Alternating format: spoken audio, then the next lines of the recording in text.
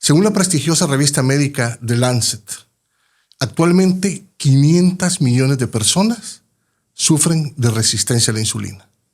Eso significa 500 millones de seres humanos que están a un pequeño paso, muy pequeño paso, de ser diagnosticados con diabetes.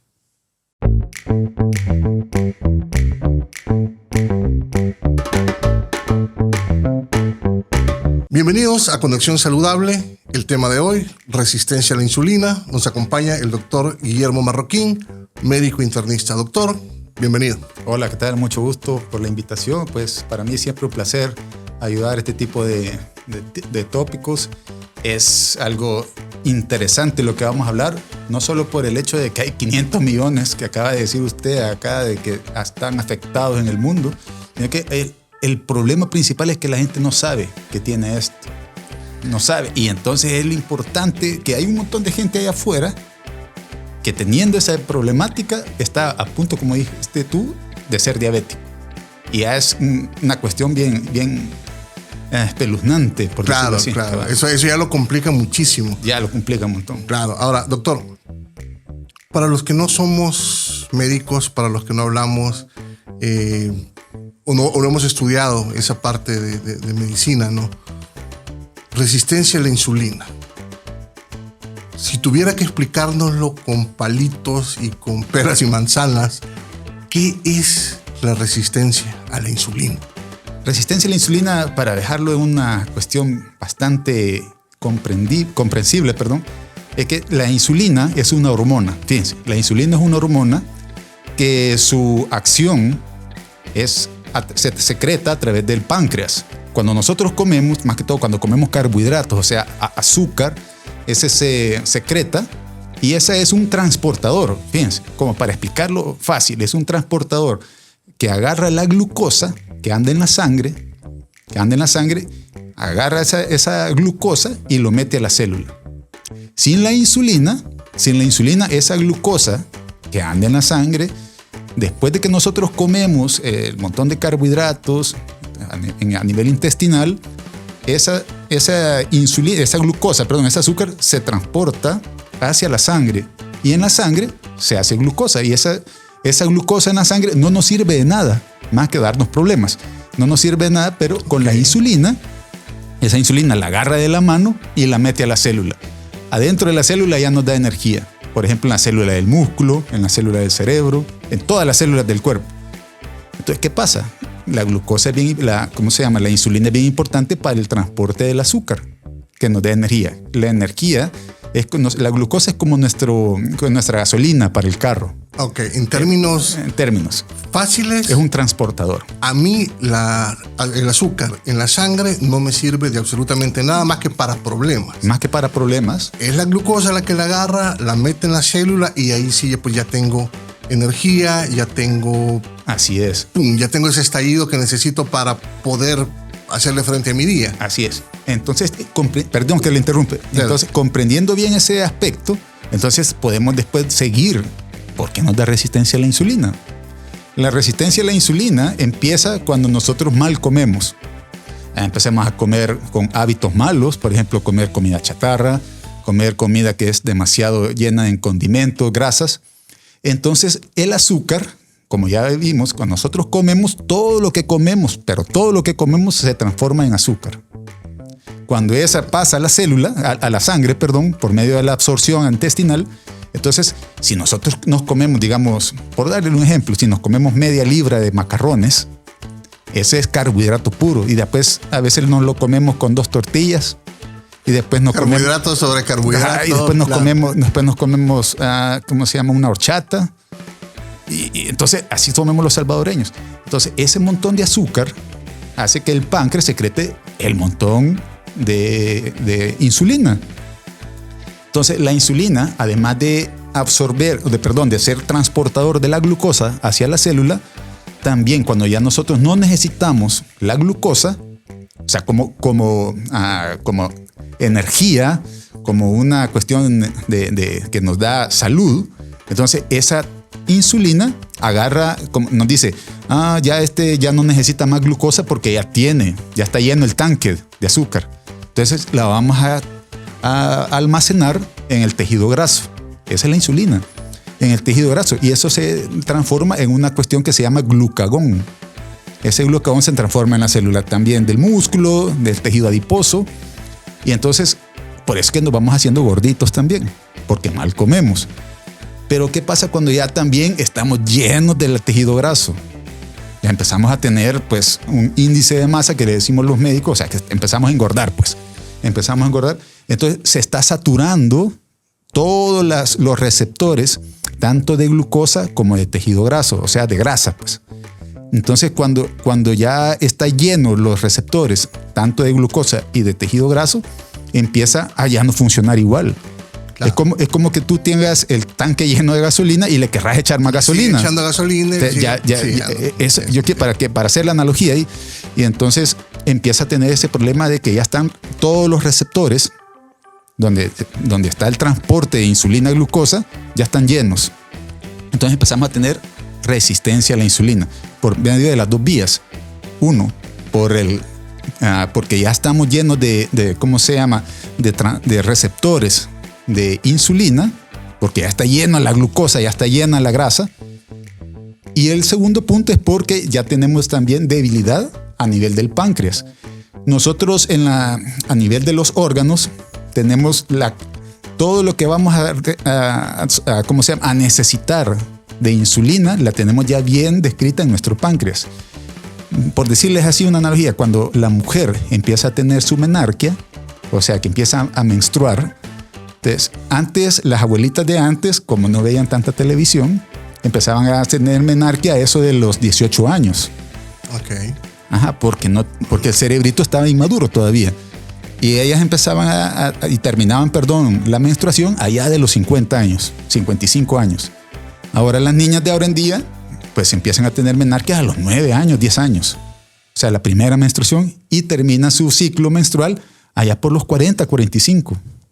Porque los óvulos ya vienen la cantidad descrita y cabal, como decimos los salvadoreños, que de eso no vamos a salir. Igual que el páncreas. El páncreas tiene la cantidad de insulina que vamos a necesitar. Y si nosotros mal comemos y desperdiciamos nuestra insulina, pues al final ya no solo vamos a tener resistencia a la insulina, sino que vamos a tener incapacidad de transportar la glucosa porque ya no vamos a tener insulina. Claro. Nos vamos a hacer diabéticos. Claro. Y ese es el punto ahí. Ahora, doctor, ya hemos visto que el azúcar es un determinante bien fuerte tanto para la diabetes como para la resistencia a la insulina. Ahora, dándonos un paseo por ese camino que nos lleva hacia la resistencia a la insulina, que es el mismo sendero que recorremos para llegar a la diabetes, ¿qué otros factores, qué otros comportamientos influyen en que yo realmente comience a padecer de resistencia a la insulina? La resistencia a la insulina empieza a tener cuando empezamos a mal comer, como les dije, y tenemos el desperdicio de azúcar.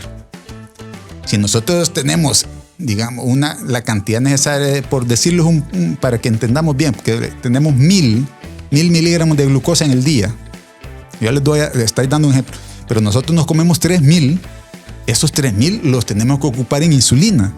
Entonces ustedes también hacen que se secrete más insulina por parte del páncreas y eso hace que tengamos mayor secreción de insulina. Eso lo podemos ver en exámenes de laboratorio, también cuánta cantidad de insulina estamos secretando. Cuando yo hablo así, entonces quizás el que nos está viendo, oyendo, pues dice, si eso, ¿de qué me importa? Pero ¿cómo me afecta? ¿Cómo me afecta? Y el hecho de tener hiperinsulinismo, quiere decir aumento de la insulina en la sangre, pues va a derivar a bastantes signos y síntomas que nos va a afectar. No vamos a tener un buen transporte de la glucosa porque ya van a estar saturados los receptores, entonces la célula no va a llegar la glucosa como debería de ser. Entonces, ¿cuál es el signo y síntoma más importante de la resistencia a la insulina? Es primero que vamos a tener una fatiga crónica y se nos puede confundir que estamos quemados, el burnout. Y entonces cuando uno tiene un paciente que llega con fatiga crónica, que yo me siento debilitado, quizás necesito vitaminas, quiero chequear, puede ser que tengamos un paciente que llega con una resistencia a la insulina. Eso es una cuestión de un síntoma subjetivo, pero hay síntomas también y signos objetivos. Eso es importante, perdón que lo interrumpa, eso es importante. Ajá. Porque cuando comenzamos pues siempre hacíamos como un sondeo entre varias personas para ver cuáles son como los tópicos de más interés. Hubo uno que nos llamó muchísimo la atención, que era una pregunta tremendamente recurrente. Sí, tengo azúcar en la sangre. ¿Qué implica? ¿Qué me va a pasar? ¿Qué voy a sufrir? No lo tengo claro. Cabrón. O sea... tenemos que tener claro, que resistencia a la insulina no es igual a diabetes. Es una cosa, son primos hermanos, sí, pero no es igual. Son cheros, pero no se llevan tanto. Resistencia a la insulina es que no estamos funcionando bien, no está funcionando bien la insulina, porque ya están los receptores topados, ya no podemos hacer el transporte de glucosa como antes. Pero nosotros, si nos chequeamos, podemos tener niveles de glucosa normal todavía.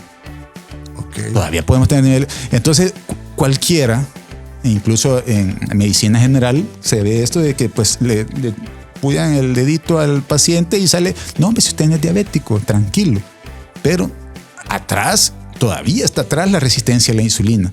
O sea, ya tenemos un nivel alto de insulina que nos está dando problemas metabólicos. Entonces, ya cuando tenemos problemas metabólicos empieza el problema. ¿Cuáles son los problemas? Uno, que empezamos a tener más cantidad de tejido adiposo. Estamos más gordos, tenemos gordura abdominal y ese tejido adiposo que se va cuando uno dice, fíjate que yo entre los 20 y los 30 no estaba tan gordo y después ya empecé a tener gordura porque ya están saturados.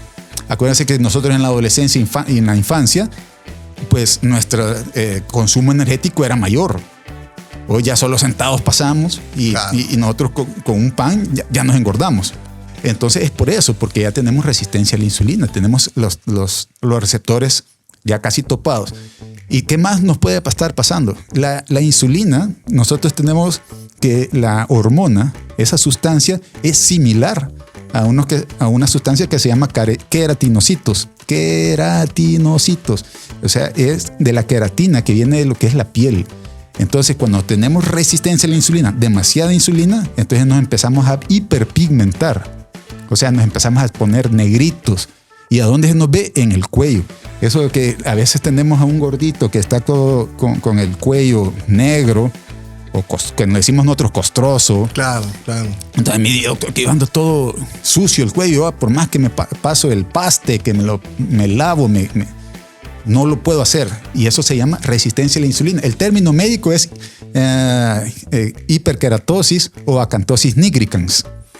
La acantosis nigricans es un signo irrefutable de resistencia a la insulina.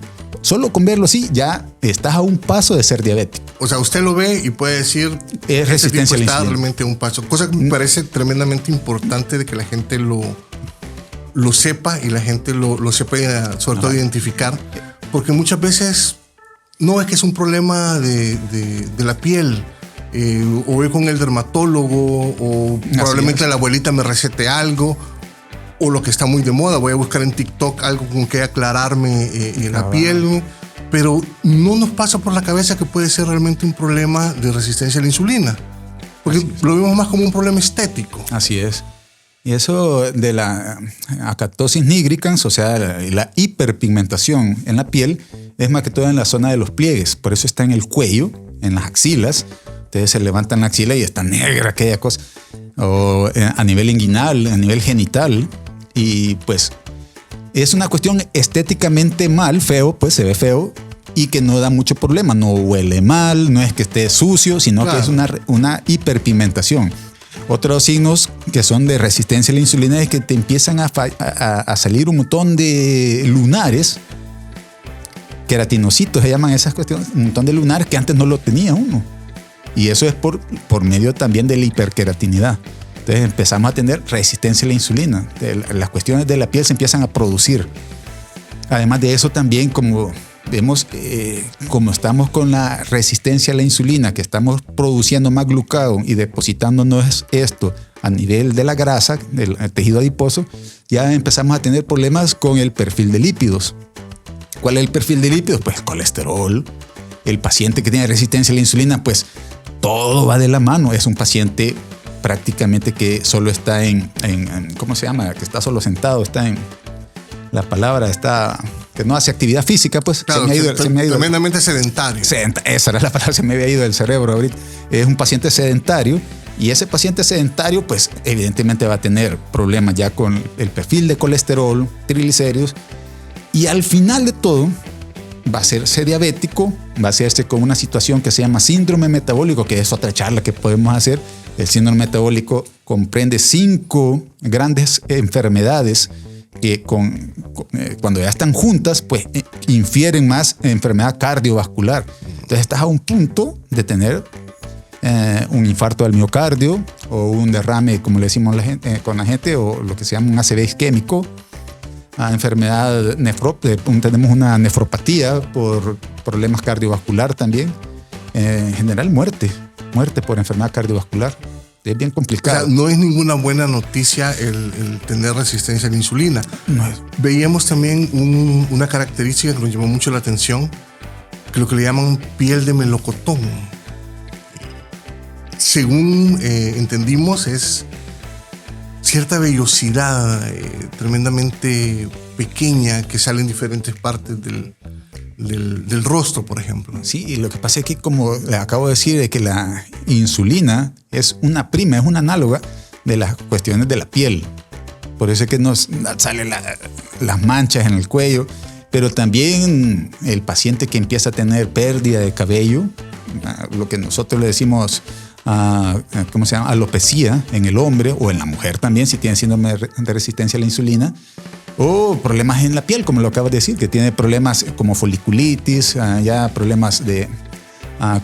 son como abscesitos en el folículo donde sale el pelo, ya sea en la barba o en otro tipo de cuestiones en la piel, y son evidentemente problemas por resistencia a la insulina. Resistencia a la insulina, o sea, un grado abajo de la glucosa, de la diabetes, un grado abajo de la enfermedad cardiovascular, pero que es una alerta, un semáforo ya está en amarillo, y ahí pues ya no está en verde, ya no estamos en verde. Es el semáforo que nos está dando un par de segundos más para poder cruzar el rojo. El rojo hasta el otro lado. Ahora, doctor, estos son los síntomas que podemos ver. Obviamente el cuello oscuro, de repente manchas en el rostro, estos son los que podemos ver. Así es. ¿Qué pasa o cuáles son los que no podemos ver? Pues ahí lo que no podemos ver es lo que acabo de decir, o sea, el perfil de lípido, porque cuando nosotros tenemos a la par a alguien que está, por no decir obeso, sino que está ya, como nosotros le decimos, está cholotón. Está llenito, hombre, está llenito. Entonces, desde cualquier paciente que tiene un estado grasoso, un estado adiposo, ya que con un índice de masa arriba de 25, ya quiere decir sobrepeso, ese tejido adiposo, o sea, esa grasa que tenemos en la piel, pues si nosotros lo comparamos en una forma práctica de cómo podemos hablar, es que ese paciente está inflamado. El tejido adiposo, fíjense lo que les voy a decir, el tejido adiposo secreta de por sí sustancias inflamatorias. Sustancias inflamatorias, así como que usted tuviera una enfermedad con una sepsis, o sea, como que tuvieras una peritonitis, como que tuvieras una neumonía, como que tuvieras una meningitis, o sea, una enfermedad bacteriana importante. Por eso es que yo me acuerdo cuando yo les daba clases a los estudiantes en medicina, que cuando un paciente está gordito, lo que está es inflamado. Es inflamado. Okay. Y esas sustancias inflamatorias que no se ven, que por eso es lo que tú me dijiste, que no se ven, esas sustancias inflamatorias como el factor de necrosis tumoral, ¿cómo se llama? Las leucinas, problemas que aumentan las cuestiones del ACE, todo lo que son las ¿cómo se llaman? Las cuestiones tumorales. Por eso es que este paciente empieza a tener inflamación a nivel endotelial. Endotelial quiere decir que tiene alteración de las paredes interiores de los vasos sanguíneos, ya sea venas o arterias. ¿Y qué pasa cuando hay una lesión del endotelio, o sea, de las paredes internas de las arterias? Empieza a tener acúmulo de plaquetas. Entonces se van acumulando las plaquetas porque acuérdense que las plaquetas ayudan a no sangrar, ayudan a no tener fragilidad endotelial y que no sangremos. Por eso es que las plaquetas es importante. Pero cuando el paciente está inflamado, entonces nuestro propio cuerpo hace una reacción inflamatoria exagerada. Entonces ese grumo plaquetario empieza a tener una consistencia que va acumulando más cuestiones inflamatorias, más sustancias inflamatorias, como les dije yo, como las leucinas, factor de necrosis tumoral, y eso va haciendo la placa ateromatosa. La placa ateromatosa es la que tapa las arterias, y ese tapón de arterias a nivel coronario, o sea, en el corazón, ¿qué nos puede transformar?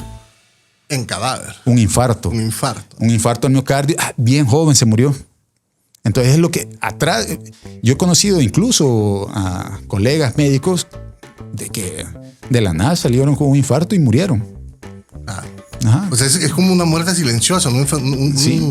Una enfermedad muy silenciosa. Ay, pero atrás de eso tenían resistencia a la insulina, muy probablemente hipertensión arterial y muy probablemente tenían dislipidemia, o sea, alteración de colesterol, triglicéridos, cuestiones que el paciente no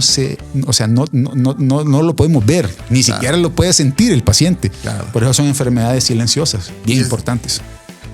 Dentro de lo que estudiamos el tema, nos llamó también algo mucho la atención, y es que la resistencia a la insulina es una enfermedad o es una condición a la que no le gusta estar sola, no le gusta viajar sola, sino que siempre trae compañeros, siempre trae amigos que son tremendamente molestos también. Por ejemplo, apnea de sueño, hígado graso, no sé, ¿qué otro tipo de compañeros molestos trae consigo la resistencia a la insulina? Es que la resistencia a la insulina es, como les dije yo, una prima de todo lo que se llama síndrome metabólico. El síndrome metabólico, lo vamos a compartir ahorita, son 5 cuestiones importantes clínicas que nos conllevan a mayor riesgo cardiovascular. 1, hipertensión arterial. La hipertensión arterial es una cuestión silenciosa también. Por ejemplo, ya a la clínica llega pacientes que llegan con 160 sobre 110 de presión arterial y no saben. O sea, ni siquiera se sienten mal. Nada. Y lo normal de la presión arterial es 120/80 o menos. Incluso estos pacientes, cuando nosotros le bajamos la presión arterial, se sienten mareados. Ya estaban acostumbrados. Porque están acostumbrados a tener las presiones súper altas. Wow. Este es el primer punto. Segundo punto es cuestiones del perfil de lípidos. HDL, que es el colesterol bueno que le decimos nosotros. High Density Lipoprotein, HDL. Cuando la tenemos HDL bajo, confiere riesgo cardiovascular. Y el otro es LDL, que es el colesterol malo. Colesterol malo, que le llamamos. Ajá, correcto. El colesterol malo tiene que estar abajo de 100 si no tenemos riesgo, o sea, si no somos diabéticos, si no somos hipertensos. Y el HDL, que es el colesterol bueno, tiene que estar arriba de 50. La mayoría de los pacientes cuando son obesos o cuando tienen que no tienen actividad física, pues tienen HDLs de 20, de 30. Acompañado después con unos triglicéridos arriba de 300, ya estamos. No, tenemos un cuadro complicado. De ahí el otro punto, el cuarto punto ya sería la resistencia a la insulina, que es el primero, que después llega a prediabetes o diabetes, o sea, alteración de la glucosa. Y por último punto es la obesidad. Esos son los 5 puntos del síndrome metabólico. Síndrome metabólico. Pero atrás de eso, por ejemplo, cada punto lleva otros puntitos abajo. Claro, o sea, trae su listado personal. Cuando nosotros tenemos obesidad, entonces ahí está, que hay una, lo que tú acabas de decir, hay un nuevo concepto, bueno, ni tan nuevo, ya el siglo pasado, cuando yo estaba estudiando medicina, ya se oía de una enfermedad del hígado graso. El hígado graso, si nosotros persistimos con estar obesos, con estar con resistencia a la insulina, que somos diabéticos, aunque no bebamos licor, pues. Claro. Aunque no bebamos licor, podemos llegar a cirrosis con solo el hecho de persistir con hígado graso. Y por eso es que llega un montón de pacientes ahora que llegan a cirrosis y me dicen, no, si yo nunca yo no bebo, no pero tomo sí licor. Tienen antecedentes de obesidad, de resistencia a la insulina, de dislipidemia, o sea, alteración de colesterol, triglicéridos, alteración de la presión arterial, todo lo que es la enfermedad cardiovascular o síndrome metabólico. Como les acabo de decir, ¿cómo se llama? La resistencia a la insulina, la obesidad, secreta sustancias inflamatorias. Esas sustancias inflamatorias también pueden detonar enfermedades neoplásicas.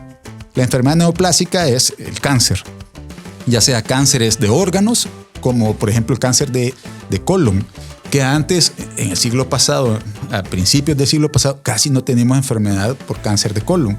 Hoy es una cosa bien importante que arriba de los 40, 50 años tenemos que hacer el screening, o sea, muestras aleatorias de que nos hagamos una colonoscopía para evitar que no vayamos a tener cáncer de colon. Porque claro, es bien importante, ya que tenemos la enfermedad de obesidad, la enfermedad de síndrome metabólico y la enfermedad de resistencia, etcétera, etcétera. Entonces, ahora en día tenemos bastantes pacientes que tenemos problemas neoplásicos debido a la obesidad, porque hay aumento de las sustancias inflamatorias. Es bien complicado. Sí, es tremendamente complicado. Y creo que, por ejemplo, hicimos una investigación, leímos sobre una investigación, mejor dicho, que se había hecho, creo que en Berkeley.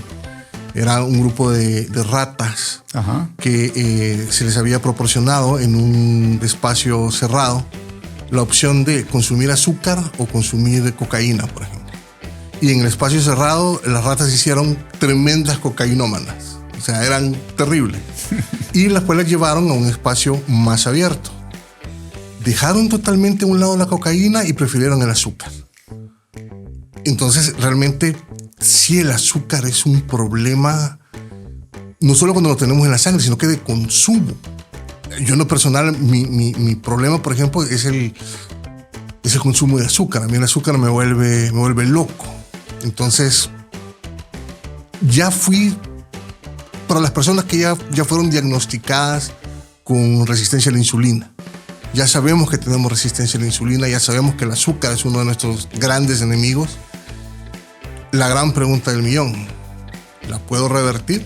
¿Puedo echar para atrás esa dependencia al azúcar, a los malos hábitos? Sí.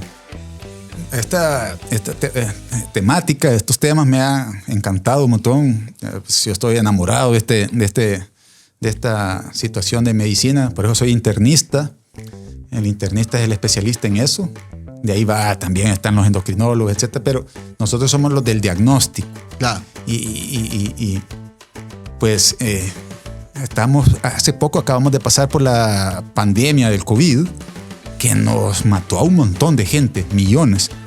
Pero tenemos una pandemia que está matándonos todos los días desde hace bastantes años, que es la pandemia de la obesidad.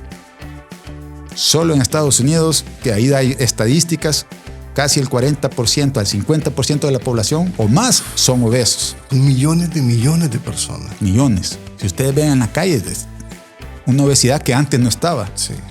No estaba. Y es por el mal comer, los malos hábitos. Claro. Esta situación viene a tener mayor riesgo de enfermedad cardiovascular. Y a la parte también del mal hábito en comer, tenemos el tabaquismo, que también. Y a la par de todo eso, y incluso esto se ha aumentado después de la pandemia esta de COVID, o la otra pandemia que está a la par de estos hábitos, es la pandemia de la ansiedad, por el estrés, ansiedad por el trabajo, ansiedad incluso hasta por el tráfico. Ustedes vean, tenemos una cuestión. Y cuando llega el paciente, o sea, nosotros somos unos seres biopsicosociales. O sea, no solo podemos convivir uno solo, sino claro, que convivimos con un montón de personas. Y eso pues conlleva a que tengamos niveles de ansiedad y que los niveles de ansiedad pues tú lo vas tu cuerpo va a ser diferente a la reacción que pueda tener otra persona. Estos pacientes, cuando yo les hablo y les interrogo, mucha gente come por ansiedad. Sí, es cierto. Come por ansiedad, lo que acaba de decir de las ratas. Y ¿Y cuál es la primera droga que nosotros consumimos desde que nacemos? Es el azúcar. ¿Sí? Y de ahí nunca más nos podemos salir.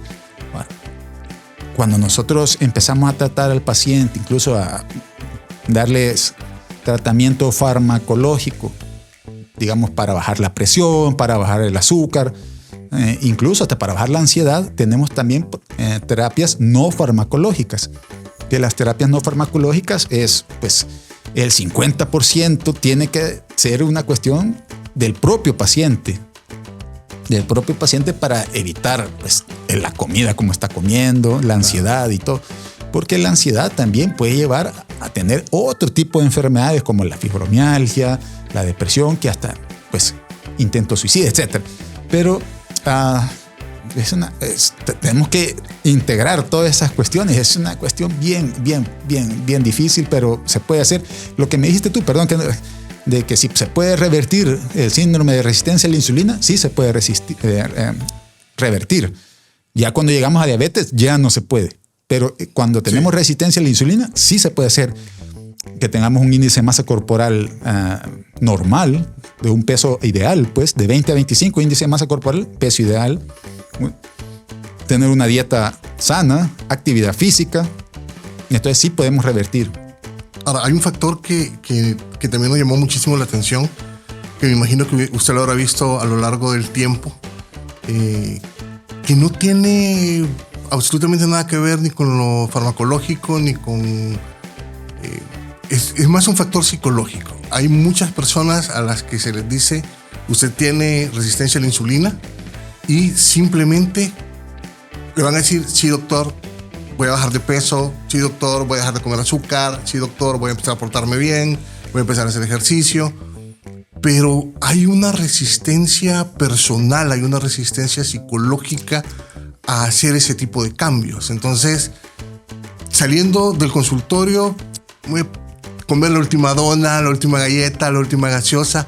¿Por qué nos cuesta tanto aceptar que tenemos este problema y que además nos va a matar? Porque no es un problema que nos va a llevar a tener una buena vida. Es un problema que nos va a llevar a la tumba eventualmente, pero nos resistimos, no queremos hacer ese cambio. Así es, por lo menos nosotros, yo en el caso particular, pues trato de educar al paciente. El paciente que tiene ansiedad o tiene resistencia a la insulina es un tipo de paciente que, como tú acabas de decir, es bien difícil de que acepte esa situación y que, pues, traiga ¿cómo se llama? Distintos hábitos, y que vaya a comer un poquito más saludable y que vaya a hacer un poquito de actividad física. Yo pienso que es porque ellos no sienten nada, y al no sentir nada y no se preocupan por eso. No hay dolor en el asunto.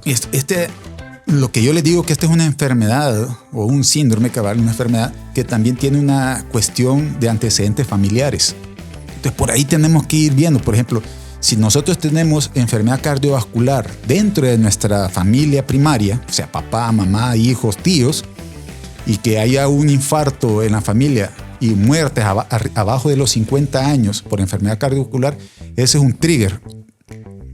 Es una... ¿Cómo se llama? Red flag. Red flags, cabal. Es porque tú también te puedes morir por eso. Si tu mamá, tu papá o tus hermanos son diabéticos e hipertensos, y si tú no te cuidas, vas a ser diabético o hipertenso abajo de los 30 años. Así es, abajo de los 30 años. Si tu mamá y tu papá son diabéticos y tú te cuidas, probablemente tú puedas llegar a 50 años, 60 años sin ser diabético. Es una cuestión de que tienen que saberlo. Y quizás con eso pueden empezar a bajar. Yo he encontrado pacientes que inclusive yo los he ingresado por otras enfermedades, quizás infecciosas, digamos, y los he visto comiendo un churrito o comiéndose algo. Claro. Entonces yo, lo que pasa es que como no es de irlos a regañar, porque es que... Sí, claro, es el papel del doctor llegar y deme el churrito. Porque yo más que yo solo atiendo pacientes particulares, privados, entonces no lo puedo. Pero es una situación que yo trato de inculcar, de educar al paciente, porque el paciente hasta que, por ejemplo, en las cuestiones viales, hasta que choca, empiezan a manejar más tranquilos. Se empiezan a poner el cinturón de seguridad. Empiezan a poner el cinturón. Sí. El paciente hasta que le pasa algo empiezan a calmarse. Entonces es difícil, pero hay que educar. Y estos espacios, como el de ustedes acá, pues ayuda a que la gente se eduque un poquito más y que empiece a decir, hey, no hombre, tengo que cambiar. Tengo que cambiar, tengo que cuidarme. Ahora, doctor, en ese momento alguien nos está viendo y alguien está diciendo, wow, yo cumplo con muchos de los parámetros que el doctor acaba de mencionar. Me pasa esto, me pasa lo del cuello, me siento cansado después de comer. Hay gente sospechando en este momento que tiene resistencia a la insulina.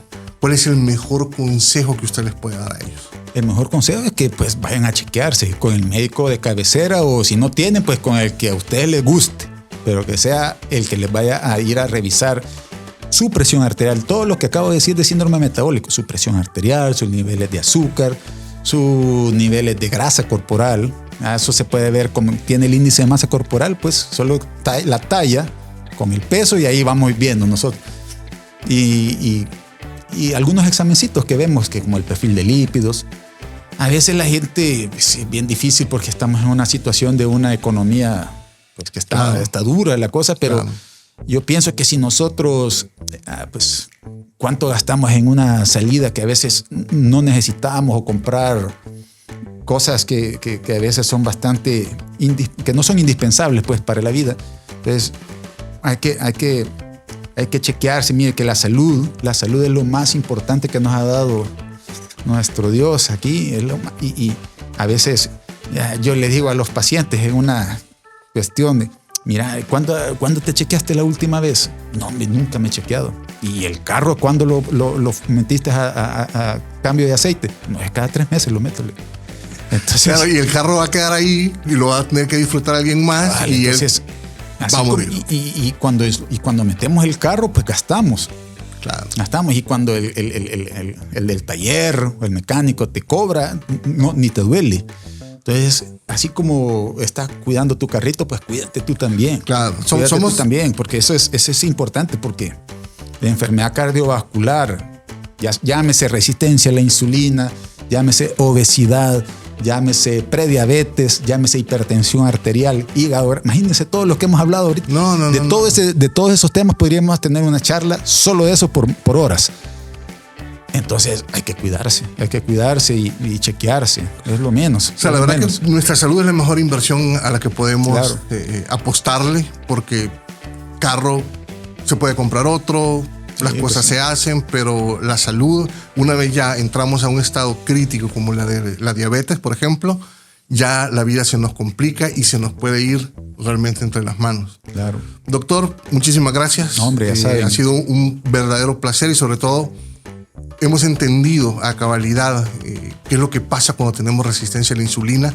No es un juego, no es una cosa con la que podamos estar esperando y diciendo, no, el otro mes me hago el chequeo, no me importa, no me interesa. No, realmente, si sospechamos que la tenemos, si usted sospecha que la tiene, está a un paso de ser diabético, y de ahí la vida se le complica tremendamente.